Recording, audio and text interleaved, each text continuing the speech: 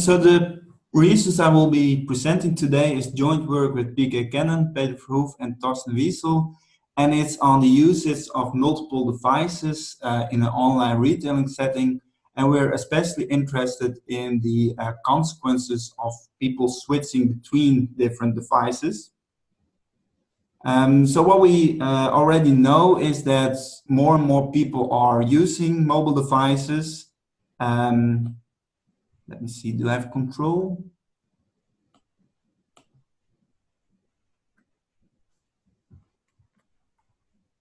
You can use your down arrow key. I don't see. Might not have control, so Matt and TJ, either you could give Evert control of the screen. I think the system temp went down there just for a second. So okay, I can continue. So yeah, more and more people are basically using mobile devices to go online. What we see is that in 2009, about or less than 1% of all traffic was through mobile devices, and this has increased now in 2018 to more than 50%. And what we also see at the same time is that the conversion rate is actually not, or the gap in terms of conversion hasn't been decreasing. I still don't seem to have control.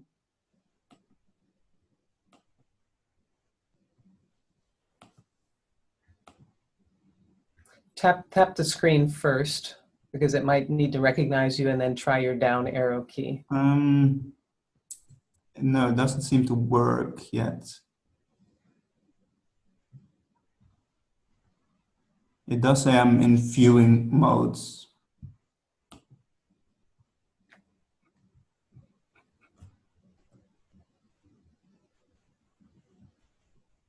So Matt and TJ, you need to shift control over to Evert so we can continue.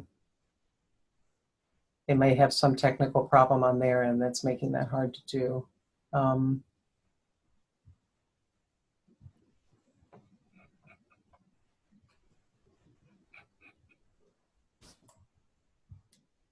Let's give them a minute. If you bring your cursor to the lower left-hand side, do you see the icons appear? No, it doesn't. But can you still hear me? We can hear you. If you tap this, try to tap the screen with your mouse. No, that doesn't seem to be working. But maybe if someone else can move the slides along, that also works. Okay. So as I said, so the usage of mobile devices has been increasing rapidly over time. But what we see at the same time is that the conversion rate is rather low for mobile devices. And this gap in terms of conversion also seems to be quite consistent over time. So we don't see this gap decreasing. So the question that we might then ask is this what is the actual value of these different devices? So does this also indicate that mobile devices have a lower value? So that's basically our main research question.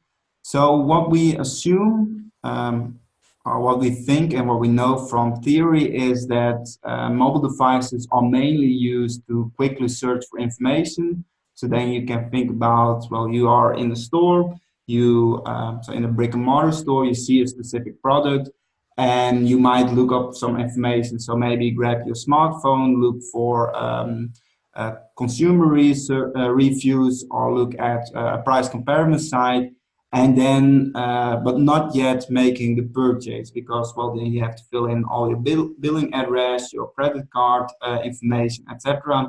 So you might wait till you're back home, switch to your non-mobile device, and there look at somewhat more details, and then make a decision to purchase, yes or no, and then fill in your full information. So that's basically what we assume. Could we try again for the controls?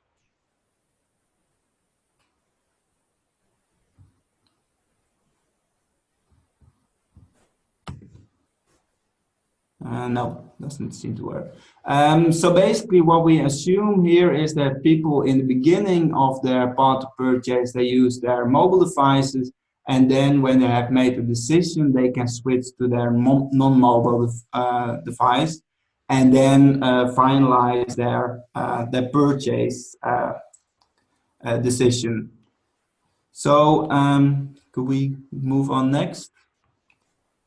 So what we want to know is what is the role of these different devices actually in the customer journey. So that's basically our research. So we have data from a large European online retailer. This online retailer is comparable a bit to Amazon. So we have data from a large range of different product categories. So we have data from about, I believe, 140 different products, ranging from fashion to electronics and from gardening to beauty. And we have this data for a large group of customers. So it ranged from December 2011 till October 2012. So almost 1 year of data. Although the data is a little bit older, the phenomenon that we are researching is still the same, or is still the case. So we still see this conversion gap happening. So we have data from almost 40,000 customers who had a total of almost 1 million usable sessions. And usable sessions means that it are registered customers who had at least 2 different sessions, so that we can observe device switching. The sessions have to be related to each other, so that means that customers in the subsequent sessions look at the same product or product category, and are done by customers who used in this 1 year time span at least 2 different devices. So given that we are interested in the effect of device switching. So what we did is we estimated a logistic regression model based on this, with conversion as a dependent variable and device switching as our main independent variable. And we take many different control variables into account. We look at comparable sessions in terms of, well, the product investigated, the likelihood to switch devices, etc. And based on that, we estimate our model. And the results, as you can see in the next one, is that when people switch from a mobile device to a non-mobile device or less mobile device, their conversion rate goes up by about 70%. So what we see here in this table, if customers first start their journey on a desk or a laptop, and they switch or they don't switch, so they keep on using the desk or laptop, the conversion is about 8.9%. If they have, however, started out with a mobile device, so let's say a tablet or a smartphone, the conversion would have been 15.3%. So in this case, 72% higher. And the same can also be seen if a customer starts their journey on a smartphone and then switches to a tablet. The conversion rate is significantly higher compared to when a customer started out with a tablet.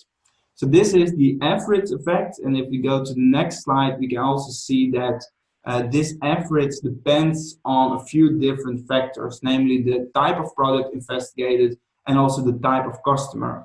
So what we found is that if the perceived risk by the consumer, which we measured through a survey, if the perceived risk is higher, the effect of device switching on conversion is significantly higher. What we also see is when the the price of the product is higher, we also see that the effect of device switching is higher. So that also relates to financial risk. Furthermore, we see if the customer has more experience with the product category, the effect of device switching on conversion is lower. So the less experience it has, the higher this device switching effect. Which could be due to, if you don't know much about the product, you might first look up some information on your smartphone and then want to switch to your fixed device. While if you already have a lot of experience, you might not look up much information and you might immediately purchase. And the same we also found when it comes to the experience with the online retailer. So the more experience the customer has, the less impact device switching has on conversion. So for a new customer, this effect is very strong, of an established customer, this effect is much weaker. So what we also did is we run some simulation based on this data. And what we see in this simulation, which is on the next slide, is that customers, so for the average path to purchase, we see the result similar as what was on the last slide. If we click two further. So that's basically the average path to purchase. We see that the impact of smartphones, so if we just look at the direct conversion, it's only 1.5%. But if we also take into account the previous usage of the device, then the actual impact of smartphones is not 1.5, but 3.8%, so 156.2% higher than what you would assume when you just look at the direct conversion. When we look at the path to purchase for a more risky product and by a less experienced customer, this impact is even higher. So if we just look at the direct conversion, it's only 0.8%. If we take into account also that the device was used in earlier phases, then the total contribution of smartphones is 5.7%, so even more than 600% higher. While if the journey is less risky, so it involves a less risky product category by an experienced customer, this effect is weaker. So then the direct conversion is 2%, while if we take into account also previous exposures of previous sessions, then this increases to 3.6%. So in general, smartphones are underestimated when looking at the direct conversion, but this depends on how risky is the product category and how experienced is the customer.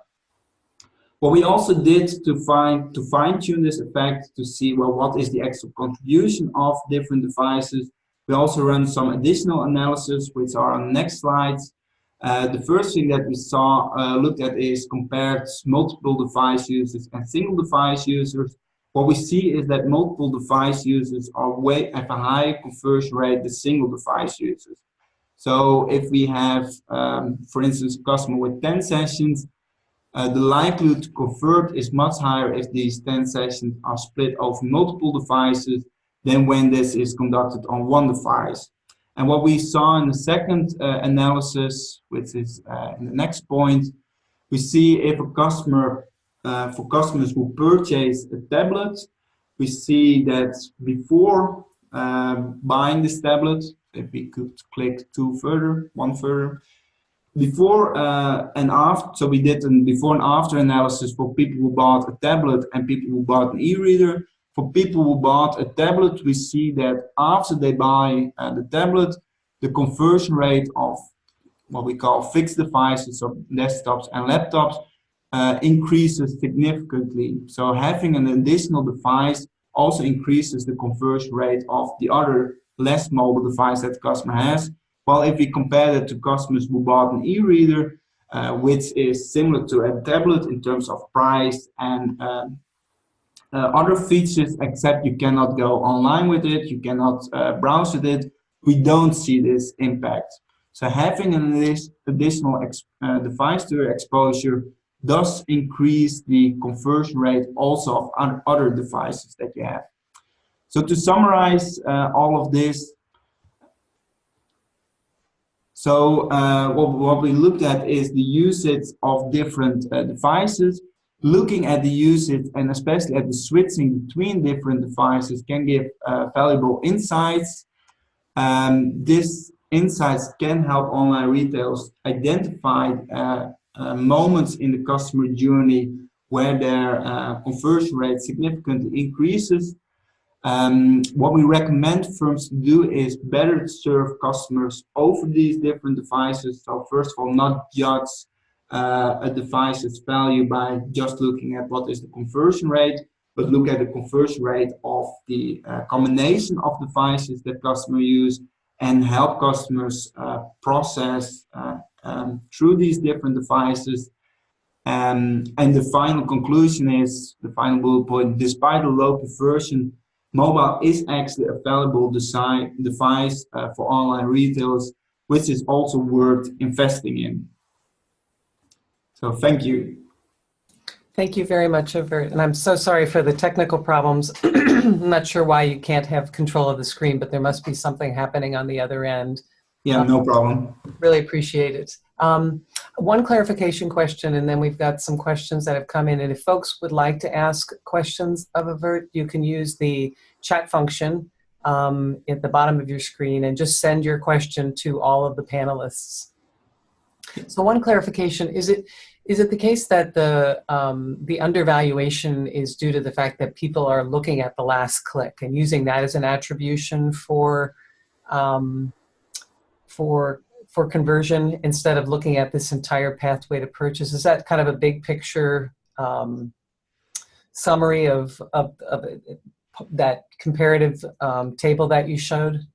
Yeah, that's indeed correct. So it's a little bit in line with what you already mentioned, the attribution question. So what's also done for online advertising. So to which advertising format do we have to attribute a sale? Basically, the same thing is going on here with different devices. So if you just look at, well, which devices were used to make the purchase, then you would indicate that non-mobile devices have a way higher conversion rate, and you might then falsely conclude that these devices are more valuable to the firm. But what we show is basically, well, you should not use last click, also not in this multiple device perspective, but you should look at the combination of devices. And what you then see as our results indicate is that it's especially the combination of the devices that have been used that tell you something about the value of the different devices. And then it's especially also important to look at the order in which consumers use the devices. Very interesting. And it's also, I think, important to realize that even though your data is from the 11-12 year, that if anything, these numbers should probably be stronger now because people are more fluid in moving. People have multiple devices now. They're more fluid in their use of these devices. So I would suspect that these conversion rates are even higher now, or at least that they're moving in that direction. So here are a couple of other questions that came in. So one is sort of more strategically, how do you think marketing managers can drive or ease the switching behaviors, the switching between devices that consumers experience and the challenges that they experience in order to increase these conversion rates even further? Yeah, that's a very good question. So first of all, our analysis, although we did control for things like, well, what is the likelihood to switch devices, and we also kept that constant. So basically we compared switching occurrences where people that didn't switch between devices and people would switch between devices who had an equally likelihood to switch devices, so to make it somewhat comparable. But indeed, an important aspect is then also, well, what can managers do with this? So the first thing, which I briefly mentioned in the end, is they could provide a more or a better, more fluent way that people can use the different devices. So you can think about what Amazon, for instance, does is to have a cross-device shopping basket. So if you see something, an interesting product on your smartphone, to put it in your basket, and then if you log in then on your laptop, you have directly access to your basket and you can just fill in your information and then order the product. So that's one thing, to have a more cross-device experience. A second possibility would be to use something relatively new named cross-device retargeting. So that's something that Google offers since May of last year. So if you, for instance, see that a customer is looking at a specific product on his or her smartphone, then try to retarget this customer as soon as they switch the device, so that they are basically remembered with, oh yeah, I looked at this specific product, to ease it that they finalize the order. So I would say these two things. So first of all, have a more smooth process of the different devices that people use, and secondly, to make use of this cross-device retargeting. Interesting. So here's a question from Peter about the findings that you presented seem to be mainly for online retailers, but do you have any insights that you might be able to share or implications for traditional brick and mortar retailers? Yeah, so that's a very good question. So indeed, the data that we had is from a large online retailer. The main consequences also hold for other online retailers or other websites selling specific products. Of course, it also has some overlap with the multi-channel literature and the omni-channel literature. So you might also consider a brick and mortar store a channel, device, however you want to call it. So if a consumer, for instance, goes to the website of a specific store, uh, or if they are in a specific store, try to target them in that way. So if it's a multi-channel retail, of course, they can use it. If it's an only brick and mortar store, you might also want to get information like, well, what are people doing in the store? Are they using maybe their devices in the store? Can we get information out of this? Can we also target them based on the location where they are at? So that could be an alternative way. So for brick and mortar stores, I think it's somewhat more challenging, but you could consider a brick and mortar store as well, a separate channel, which you could also integrate in this. Interesting. Here's a question from Patrick about issues around privacy and security. I know that that's one of the factors that you look at in your model. Do you think that, how big a concern is that in these conversion, in conversion? Because it seems like people, now they're aware that they're being watched. You even mentioned retargeting.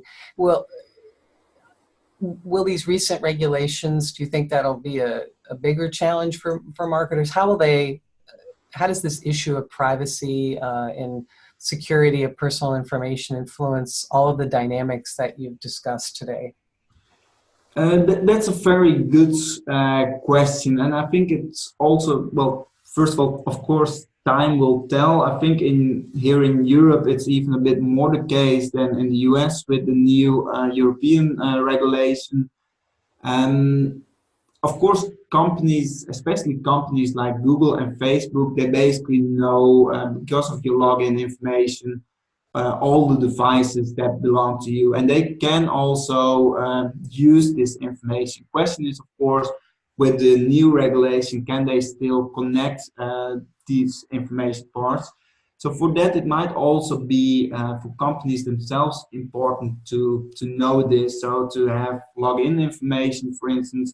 So if you know that the person on smartphone is the same person as that's logged in on laptop, for instance. So that might be one way. Of course, the question then is, well, are you first of all allowed to connect these information types, and to what extent can you also use it? And also from a more customer perspective, to which extent do customers also want it? So from the one hand, to provide a cross-device experience, so try to integrate it all, is probably something that customer would appreciate. But of course, if you go a step too far, that might also scare away customers. So I think it's a very important issue that's being raised. And yeah, I think time will partly tell this, and I think most important is to have it focused within the customer. So what does a customer demand? What is additional value for the customer? And what can increase the experience of the customer? Thank you, Evert. So I think we have maybe one more minute. If there's anything that you'd like to tell us about, any follow-up work that you've done, or that would be helpful to managers in thinking about this, the whole challenge of conversion. Yeah, so I think